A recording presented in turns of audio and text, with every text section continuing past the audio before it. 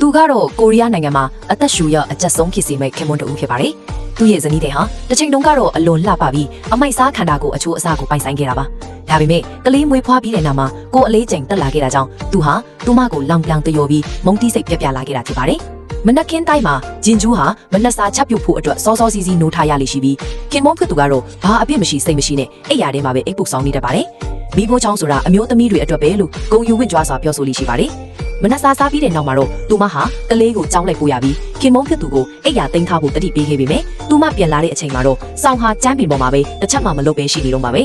သူကဘေးကနေတတွတ်တွတ်နဲ့ပုတ်စီပြောနေချိန်မှာသူမဟာကိုယ်တိုင်ပဲအဲ့ဒါကိုတိုင်းစီလိုက်ရရှာပါတယ်နေ့လယ်စာအချိန်မတိုင်ခင်ကတည်းကသူဟာချက်ပြုတ်ဖို့အတွက်အတင်းအကျပ်တောင်းဆိုနေရပါပြီသူထမင်းစားနေချိန်မှာဂျင်ဂျူးကကလေးကိုထမင်းကျွေးရပြီးနောက်ဆုံးမှာတော့ခင်မုန်းဖြစ်သူရဲ့စားကျွင်းစားကြံတွေကိုပဲကောက်ခဲရရှာတာပါဒါကိုတော့မှအစာများကြီးစားတယ်ဆိုပြီးပြစ်တင်ဝေဖန်ခြင်းခံရပါသေးတယ်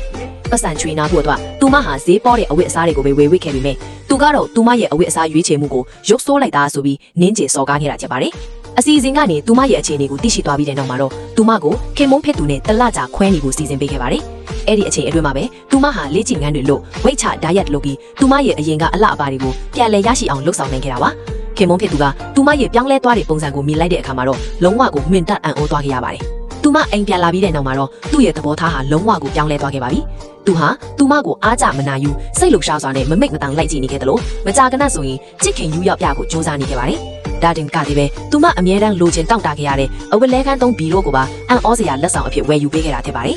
ညော်လင်းရတာကတော့ဒီလိုမျိုးရုတ်တရက်ထွက်ပေါ်လာတဲ့ကရင်ချင်းယူရမှုတွေဟာရေရှည်တည်တံ့သွားပြီးသူ့ရဲ့ဇနီးတဲ့အပေါ်မှာပါအခုလိုမျိုးကောင်းကောင်းမွန်မွန်ဆက်ပြီးတော့ဆက်ဆံသွားဖို့ပါပဲဗျာ